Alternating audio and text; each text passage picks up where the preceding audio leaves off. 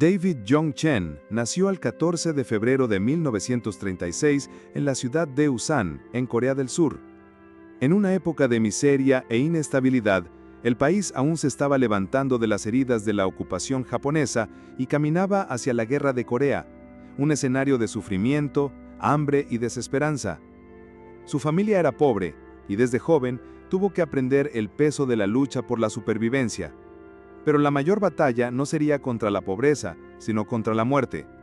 Siendo aún un adolescente, Cho fue sorprendido por una enfermedad que cambiaría el curso de su vida, la tuberculosis. Los médicos le dijeron que no había cura y le dieron solo unos pocos meses de vida. El joven, que tenía sueños, planes y toda una juventud por delante, se vio atrapado en una cama, tosiendo sangre y sintiendo cómo la vida se escapaba poco a poco. Fue en ese lecho de enfermedad donde la gracia de Dios lo alcanzó. Una joven misionera cristiana visitaba a los enfermos y en una ocasión entró en la habitación de Cho. Con sencillez le entregó una Biblia y le habló de Jesucristo, aquel que sana, salva y da vida eterna. Sus palabras fueron semillas sembradas en un corazón quebrantado. Cho comenzó a leer las Escrituras y en medio del dolor hizo una entrega total. Entregó su vida a Jesús. Lo que ocurrió a continuación marcó su historia para siempre. Poco tiempo después de esa decisión, experimentó un milagro. Recuperó sus fuerzas, venció la tuberculosis y se levantó de aquel lecho. Para él, no había explicación humana, era una intervención directa de Dios. Este encuentro con Cristo fue un parteaguas en su vida. Pasó de ser un joven condenado a muerte a ser un testimonio vivo del poder de Dios. Se dice que en su juventud prometió delante del Señor que gastaría el resto de su vida anunciando el Evangelio y llevando esperanza a los desesperanzados, tal como él la había recibido. Lo que no sabía era que ese voto no solo cambiaría su vida, sino también la historia espiritual de Corea y de millones alrededor del mundo. Tras su milagrosa curación, David Jong Cho no podía vivir de otra manera que no fuera dedicado al Señor. Siendo aún joven, ingresó en el Seminario Teológico de las Asambleas de Dios en Seúl en 1956. Allí estudió con intensidad, pero también buscaba una vida de oración y total dependencia del Espíritu Santo. No se veía a sí mismo solo como un estudiante de teología, sino como alguien llamado a portar una llama que incendiaría Corea. Fue en ese periodo cuando conoció a una mujer que marcaría profundamente su ministerio, Choi Jil, una viuda fervorosa, llena del Espíritu Santo, que se convertiría en su colaboradora fiel y más tarde en su suegra. Choi no solo era una ayudante, sino una intercesora incansable. Mientras Cho predicaba, ella sostenía el ministerio con oraciones, creando un fundamento espiritual esencial para el crecimiento de la obra. En 1958, ya formado y lleno de visión, Cho comenzó su iglesia, pero los comienzos fueron humildes, sin recursos, sin templo, sin fama. Él y Choi levantaron una tienda improvisada con tela militar usada en un barrio pobre de Seúl. Allí se reunían pocas personas, muchas de ellas enfermas, afligidas o sin esperanza. Para los ojos humanos era solo un pequeño ministerio sin futuro, pero para Dios ese era el semillero de un avivamiento mundial. Cho predicaba con valentía desde el principio. Hablaba de una fe que llamaba la existencia lo que aún no se veía. Sus mensajes inflamaban corazones y transmitían esperanza en un tiempo en que Corea vivía los traumas de la guerra. El evangelio que predicaba no era teórico, sino lleno de poder, con sanidad, milagros y transformación de vidas. Se dice que en esa tienda, en medio de la pobreza, ya se escuchaban testimonios de curaciones repentinas, liberaciones profundas y personas entregando ídolos paganos para seguir a Cristo. Otros relatan que en algunos cultos la presencia de Dios era tan palpable que hasta los que pasaban por la calle se sentían atraídos a entrar. Era solo el comienzo, pero Cho ya veía algo mucho más grande. No veía una iglesia de decenas, sino una congregación que alcanzaría a cientos de miles de personas. Sus labios declaraban lo que sus ojos aún no veían, y esa visión profética sería una marca registrada de toda su vida y ministerio. El ministerio de David Jong Cho estuvo marcado desde temprano por una fe audaz, casi infantil en su simplicidad, pero poderosa en sus resultados. Creía en el Dios de lo imposible, no solo como una doctrina, sino como una realidad diaria. Su famoso testimonio de la bicicleta, la tabla y la silla se convirtió en un hito de cómo él ejercía esa fe práctica. En los primeros años, en medio de la pobreza, necesitaba estos elementos básicos para trabajar y vivir. En oración, le pidió a Dios una bicicleta para visitar a los miembros, una tabla para estudiar la palabra y una silla para recibir a los visitantes. Pero Cho no pidió cualquier cosa. Describió en detalle ante Dios cómo veía esos objetos. Predicaba a la iglesia que ya había recibido por fe, aunque no tuvieran nada en las manos. Muchos se reían, otros dudaban, pero él permanecía firme. Poco después, milagrosamente recibió exactamente lo que había descrito. Para él, eso era la prueba de que la fe audaz no solo pide, sino que ve antes de poseer. Este episodio se convirtió en una lección de vida que enseñaría hasta el final de su ministerio. Ora en detalles, cree sin dudar, y vive como si ya hubieras recibido. En los cultos bajo la tienda, esa audacia se manifestaba también en milagros. Personas enfermas eran sanadas al recibir oración. Familias desesperadas encontraban esperanza. Liberaciones espirituales ocurrían con autoridad. Cho predicaba el evangelio completo: salvación, sanidad y liberación. Se dice que una vez, una mujer llegó cargada, sin fuerzas, con una enfermedad considerada terminal. Después de la oración, se levantó delante de todos y salió caminando. El impacto fue tan grande que la noticia se esparció por el barrio y la pequeña congregación empezó a atraer cada vez más personas en busca de lo sobrenatural de Dios. Pero no solo eran curaciones físicas. Muchos testificaban de corazones quebrantados, hogares restaurados y paz inexplicable llenando sus corazones.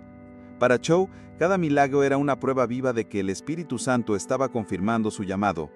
La audacia de su fe no solo era pedir cosas a Dios, sino desafiar la incredulidad que lo rodeaba. Cuando miraba a su pequeña congregación, no veía un puñado de personas. Veía una multitud incontable que un día llenaría estadios, y esa visión no tardaría en comenzar a cumplirse. Lo que comenzó como una tienda improvisada en un barrio pobre de Seúl, comenzó a convertirse en algo fuera de lo común. Cada culto atraía a más personas, atraídas por los testimonios de curaciones, por la esperanza predicada en medio de la miseria y por la atmósfera de oración fervorosa.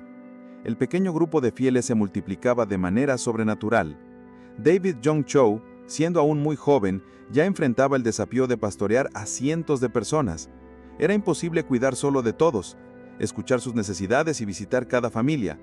Fue entonces cuando surgió una idea que transformaría no solo su iglesia, sino también el cristianismo mundial: el sistema de células. Dividió la iglesia en pequeños grupos que se reunían en las casas. Cada célula era liderada en su mayoría por mujeres, algo impensable para la cultura coreana de la época, que consideraba el ministerio femenino como inferior. Pero él discernió que esas mujeres estaban llenas del Espíritu Santo y podían cuidar del rebaño.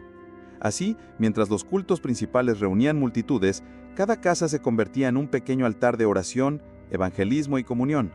Esta estrategia revolucionaria se propagó como un fuego. El cuidado personal creció, la evangelización se multiplicó, y la iglesia no solo recibía visitantes, sino que los transformaba en discípulos. Así fue como la iglesia, y oído del evangelio completo, comenzó a superar la marca de miles, luego decenas de miles y más tarde cientos de miles de miembros. Se dice que en los primeros años de este sistema, los vecinos no cristianos fueron impactados por el fervor de las oraciones que salían de las casas. Algunos llegaron a quejarse del ruido, pero acabaron siendo tocados y convertidos. Mientras muchos pastores y líderes alrededor del mundo buscaban estrategias humanas para el crecimiento, Cho presentaba un secreto simple: oración, discipulado y audacia para obedecer al Espíritu Santo. No se trataba solo de números, sino de un mover que cambiaba la cultura y la sociedad. En poco tiempo, la tienda ya no soportaba a la multitud. La iglesia tuvo que mudarse varias veces hasta llegar al que sería el mayor templo cristiano del mundo, el santuario en Yoido, Seúl, con capacidad para decenas de miles en cada reunión. Lo que un día fue solo visión, ahora se convertía en realidad ante los ojos de todos. Si hay algo que marcó profundamente el ministerio de David Jong Cho, fue el énfasis en la oración perseverante. Él decía que nada en su vida o en su iglesia ocurría sin haber sido primero generado en oración. Para él, orar no era un ritual religioso, sino el propio aliento de la fe. Con el crecimiento explosivo de la iglesia, Cho sintió la necesidad de crear un espacio separado donde el pueblo pudiera buscar a Dios sin distracciones. Así nació la famosa montaña de oración, ubicada en las afueras de Seúl. Allí se construyeron cientos de pequeñas cabañas, casi como cavernas, donde hombres y mujeres se retiraban para clamar, ayunar e interceder. Pronto ese lugar se hizo famoso en todo el mundo. Peregrinos de diversas naciones subían hasta la montaña de oración para experimentar el ambiente cargado de clamor. El sonido era impresionante. Miles de voces orando al unísono, con una intensidad que recordaba a los truenos.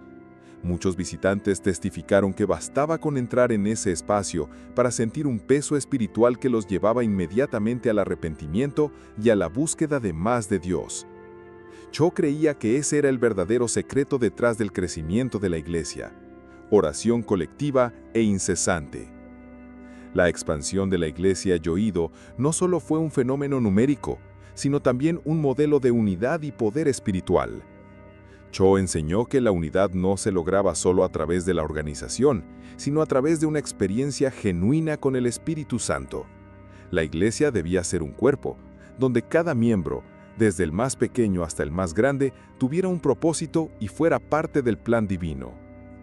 Bajo su liderazgo, los cristianos no solo se congregaban, sino que vivían el Evangelio. La evangelización no era solo un mandato para un pequeño grupo, sino para todos. Cada miembro de la iglesia se sentía capacitado para predicar, sanar y hacer discípulos.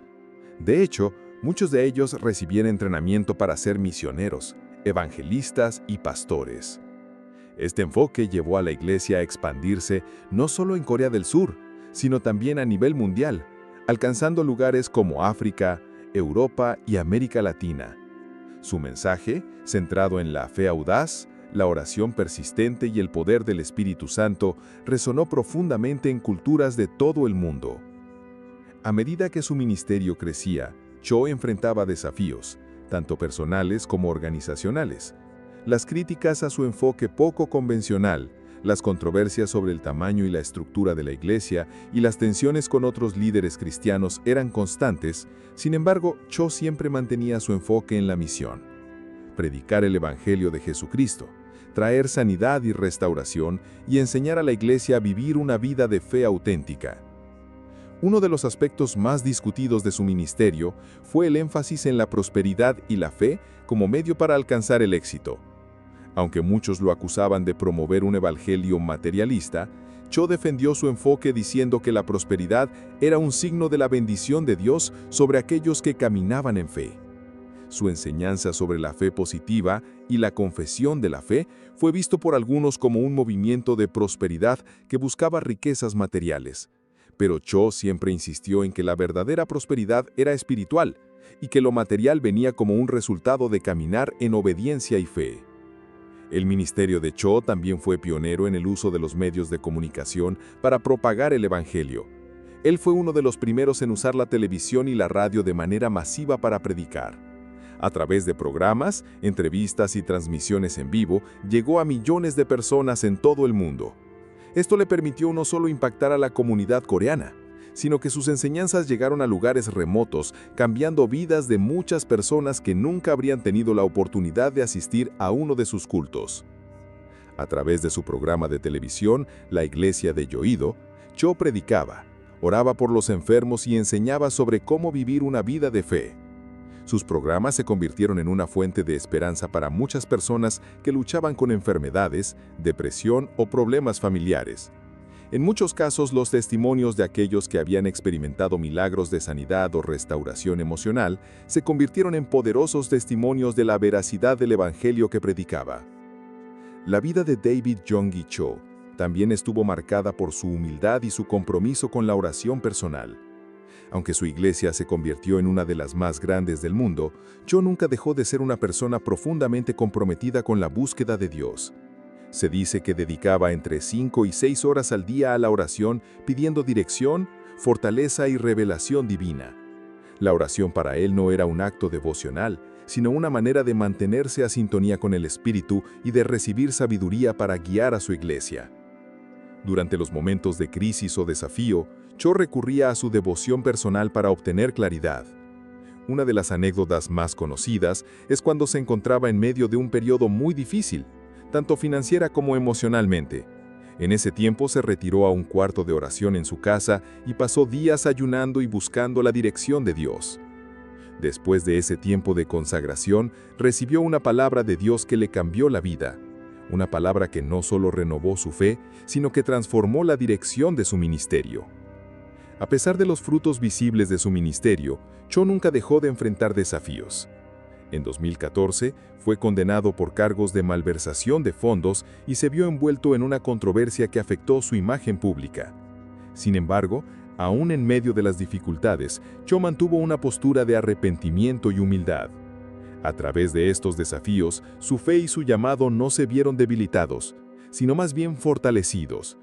Aunque la controversia causó gran sufrimiento, también le dio la oportunidad de mostrar la gracia y el perdón que tanto predicó. Hoy en día, la Iglesia Yoido continúa siendo un testimonio de la obra que Dios hizo a través de David Yonggi Cho y su visión. Aunque Cho ya no lidera la Iglesia de manera activa, su legado sigue vivo en la forma en que la Iglesia está estructurada y en su enfoque hacia la oración y el discipulado. Su influencia se ha extendido a generaciones de pastores y líderes cristianos que continúan aplicando sus principios de fe audaz y oración ferviente. David Yonggi Cho partió para estar con el Señor en 2021, dejando atrás un legado de transformación espiritual, un ejemplo de cómo una vida de fe puede impactar al mundo entero. A través de su obediencia a Dios, enseñó al mundo que cuando se camina en fe, no hay límites para lo que Dios puede hacer.